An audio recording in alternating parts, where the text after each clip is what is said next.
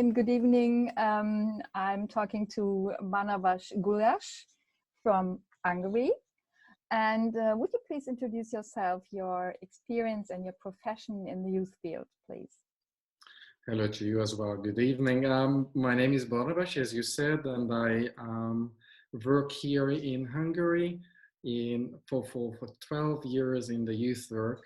Started in the NGO field, actually. Before that, I was also volunteer, so the target group of the youth work, I was also myself involved. But I'm working for an organization that is promoting local youth work and youth participation since the 90s.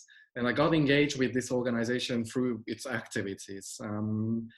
Throughout the years, I also kind of got involved into other things. So now myself as well involved in the higher education level of education, which means that I use non-formal learning methods in teaching, and I have some roles in future in the education of the future teachers, youth workers, and other let's say familiar disciplines, fields. Can you tell us which successes or strengths in youth work could your country share to enrich the debate and practice in Europe? What can we learn from Hungary?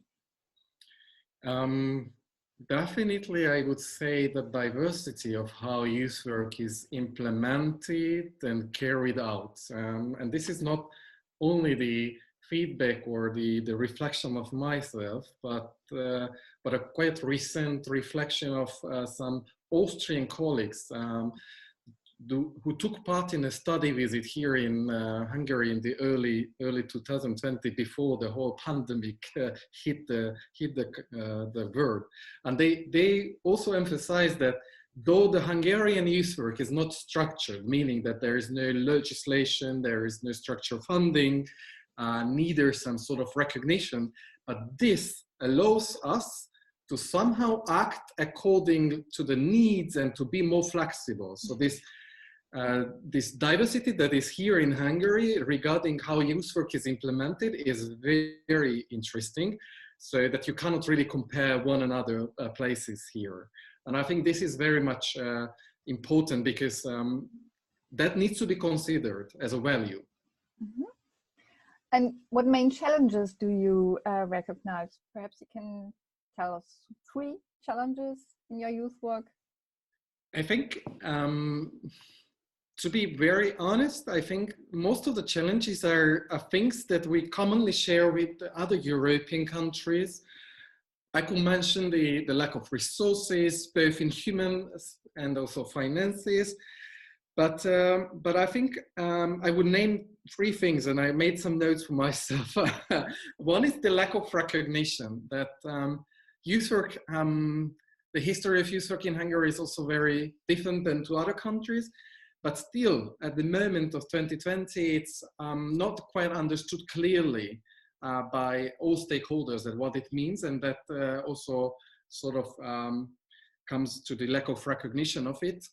But I think this is also caused because we have this, I consider myself as a youth worker, but we have a lack of political competence of advocating towards a better recognition. So it's a kind of a fact that is interconnected.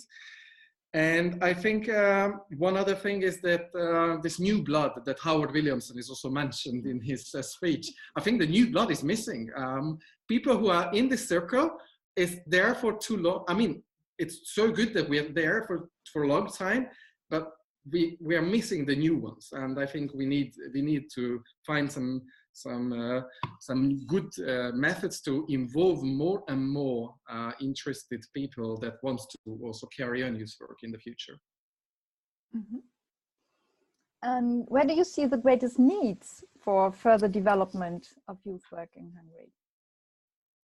I think perhaps with regard to the aims of the agenda. Mm-hmm. It's not easy question because I'm not an outsider at the moment in Hungary. I mean, I don't want to be an outsider, but it's not easy when you are very much involved and overwhelmed with it to see it from a little bit from the bird's view. But I would maybe point out the first aim, that is this community of practice and involving the community of practice to the Bonn process, because I think that's the most challenging, that whether if we have already the national level, a community of practice, do we really have this or not? Okay. And if not, I think it's going to be very challenging, that it would really much depend on individuals, professionals, including also the youth organizations, people who are interested in organizations who are interested to implement the European Youth Work agenda. And without maybe having a clear, not only clear, but a more concrete effort at the national level, it's challenging, I think. Mm-hmm. You just have a look the other way around. What can Europe do for you? So, what kind of support do you expect from Europe, from the European level and the European discussions and connections and networking? I think the Bonn process and the European Youth Work agenda is. It has a very clear message to me as a youth worker, but I need somehow that others would understand as well, who are not in this circle. So I think Europe I think what I would expect from at the European level is that we have tools, programs, measures that helps us to really, let's say, disseminate and multiplicate its outcomes, even the convention outcomes, but also the Bonn process outcomes, to the ones that not understanding from the half word, if I say youth work, then they might not have the connection with it, but we need them, because without other stakeholders, this could not be put into practice. Mm-hmm. So what are do you have concrete expectations towards the Bonn process, the implementing process? Well, concretely, maybe at the moment it's too early to point out things, but I would recall Snezana Markovic from the, I'm not saying her name probably correctly, but from the Council of Europe, Director General. She said, I hope that in 5 years we will not tackle again or talk about what is youth work, because we need to do it. And this is also something that I have and I share it with her, that I think it's time to really put into practice. And I think if Bonn process will be the word or the phrase that every youth worker who is engaged in this field really knows, and maybe it comes out here already that much we know, I think that will be important, because this is something that unites us. Huh? I feel that the Bonn process, especially with this sense of belonging to the community, could really unite us. And we need to believe, not only by mind, but by heart, that this community can make things forward, get forward. That's what I expect from it. And that's exactly what I can also put in it. That I need to believe that this community of practice has this potential, and we need to realize that potential. So I hope we made a little step with this interview, Barnabas. Thank you very much for it. And I hope you have a fine day tomorrow, and good luck and success for your work in Hungary. Thank you. Thank you. Bye-bye. Thank you, Helle. Bye-bye.